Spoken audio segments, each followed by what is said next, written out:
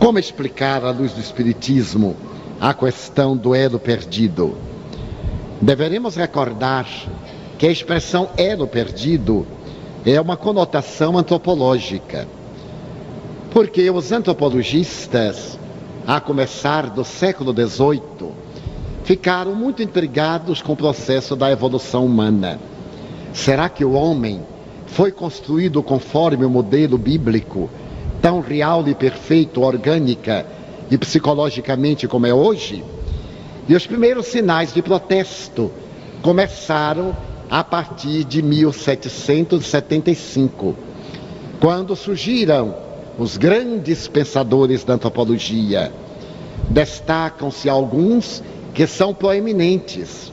Erasmus, que seria posteriormente o avô de Charles Darwin, Goethe e Buffon na França, foram as primeiras vozes que se levantaram para elucidar que a criatura tem uma história anterior e que o nosso corpo ainda não é o biótipo terminal, é um processo de evolução, ainda é um desenho daquilo que está programado para a nossa evolução antropológica.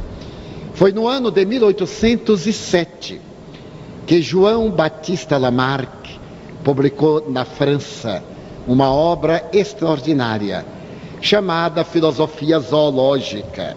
Nessa obra, Jean-Baptiste Lamarck, pois assim era o seu nome, procura demonstrar que houve um biótipo comum e vários fatores contribuíram para as diferenças raciais, para as diferenças biológicas, para as variações de modelo. E ele colocava duas grandes vertentes. A primeira vertente, a de natureza mesológica, o meio ambiente, como responsável pelas mudanças, defendendo a tese de quanto mais próximo dos polos, quanto mais longe do Sol, mais clara a epiderme, por causa da fotossíntese, por causa do resultado dos raios solares sobre a melanina, uma enzima que é secretada pelo nosso organismo. Quanto mais próximo do Equador, a tendência é ter a pele mais escurecida por uma reação química do organismo. Mas também fatores que ele denominava filogenéticos, a hereditariedade e várias questões de caráter social, psicossocial. Jean-Baptiste Lamarck adota a tese do transformismo. Em 1859, Charles Darwin, o antropólogo inglês, apresenta a tese da evolução, as diferenças das espécies vegetais, animais e a evolução do homem. A tese de Darwin procura remontar às origens e vai encontrar a origem do ser na intimidade das águas salgadas dos oceanos. Ele faz um levantamento de toda a historiografia da evolução, até chegar aos símios antropóides. Quando chega aos símios antropóides, os macacos que já se põem de pé e cujas mãos vão até os joelhos, mas tem o crânio reduzido, tem o queixo jogado para fora na direção da horizontal, há um fenômeno inexplicável antropologicamente. Esses antropóides, esses seres que são os nossos antepassados, de repente se bifurcam, e ao bifurcarem, uma área continua antropóide e a outra área vai dar lugar a um biótipo chamado, tipicamente, antropóide homini, que é aquele de onde se vão derivar os homens, ou primatas homini. A partir daí, nas gerações sucessivas, vai surgir o antropóide, que agora é um primata, que agora é um ser homem.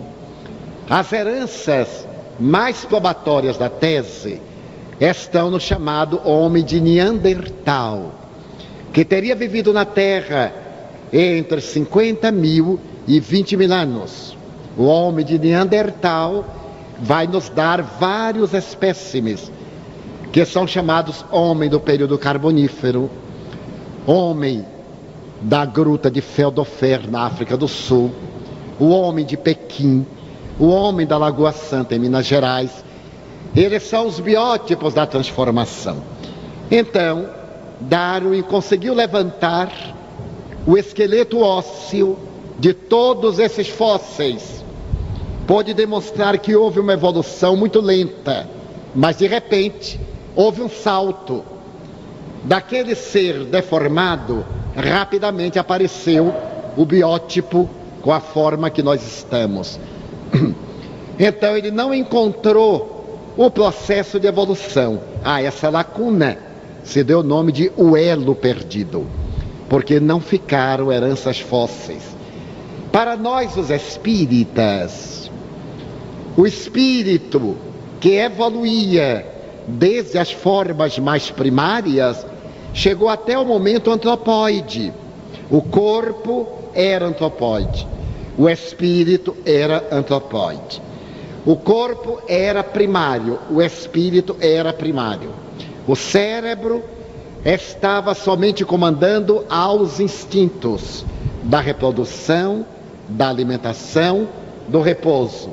Nesse momento, vieram espíritos de outra dimensão que reencarnaram na forma antropóide. E ao reencarnarem descendendo do antropóide, modelaram um corpo diferente, porque é o perispírito que modela a matéria. Como esses espíritos eram inteligentes, mas eram destituídos de sentimento, foram expulsos. Qual está acontecendo na Terra de hoje? Com os que se demoram na perversidade, na frivolidade, na vulgaridade, no sensualismo. Já não encontram campo para reencarnar, vão exilados para mundos inferiores.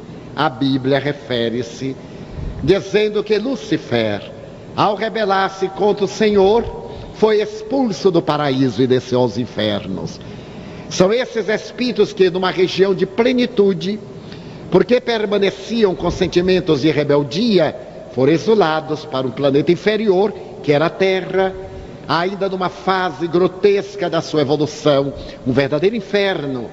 E ao habitarem esses corpos, modelaram um cérebro compatível na sua capacidade de raciocinar.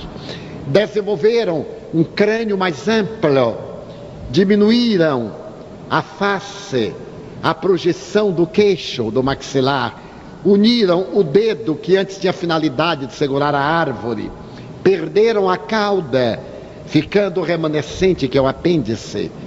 E à medida que se deu a evolução, plasmaram um corpo melhor.